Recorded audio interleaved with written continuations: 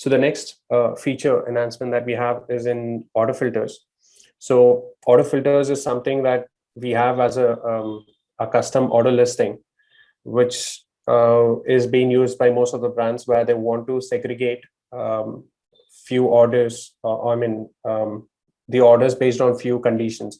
This could actually be either to accept the order or reject the order, or that there are different flows to it. And brands actually use it in a different way. And this is basically used where you would want to have your own fields of orders displayed and have action buttons defined as per your requirements. So until now, we had only few filters, which is basically on the order status and the order substatus, shipments, and return statuses. Only on these you would be able to create filters, and the action buttons were restricted only to a substatus change.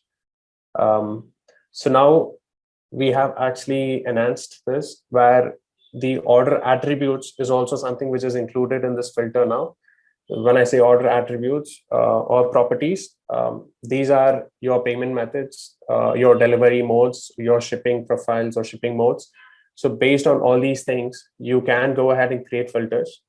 And in the actions, we have extended that to order status changes also. So let's say now you want to customize your order view, and from there you would want to go ahead and create book shipments or take further actions on the order and move to the next status. That is something which is achievable now. I'll just take you through the UI on how it looks. And again, the action buttons with the order status change is something which would be available from 28th. But as of now, it is still available in QA and something which is done already, but it'll be only available from 28th of June. But the other features is something which is already available. But let me just take you through the order filters. Okay, the order filters is something which is accessible from orders and leads. And then you have filters, custom filters, and click on manage filters. And you would be seeing all these configured filters here. Take you through the new features that we have. Once you create on the click on the create filter,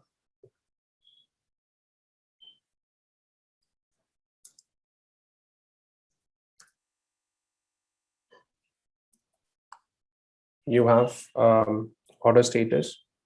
It can be authorized, and then let's say you want to add further filters, which is now including, let's say you want it on a shipment mode or payment mode. Let's say I'll just pick the payment mode if it's a cash on delivery or a prepaid.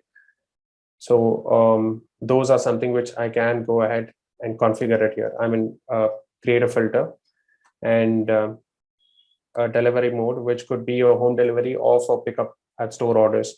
So let's say a brand actually wants to segregate the home delivery orders, where it will be fulfilled by a different team, and the pickup at store orders is actually fulfilled by another team.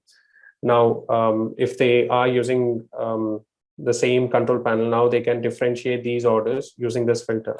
So this is another feature, and then or a filter. And then we have shipping modes. This is something which could be used in groceries or other verticals, where you would have a normal deliveries, or it could also have express deliveries. So let's say if it is express delivery that you would want to fulfill faster, now that is something which is feasible, where you actually segregate all the orders where you have received at a express delivery shipping mode and fulfill that orders first, and then go with the rest of the standard orders that you have. And then finally, within the payment method itself, let's say whatever payment gateways that you are actually configured per merchant, basis on that, you can go ahead and filter those orders also now. So for this particular merchant, all these payment gateways are something which are configured.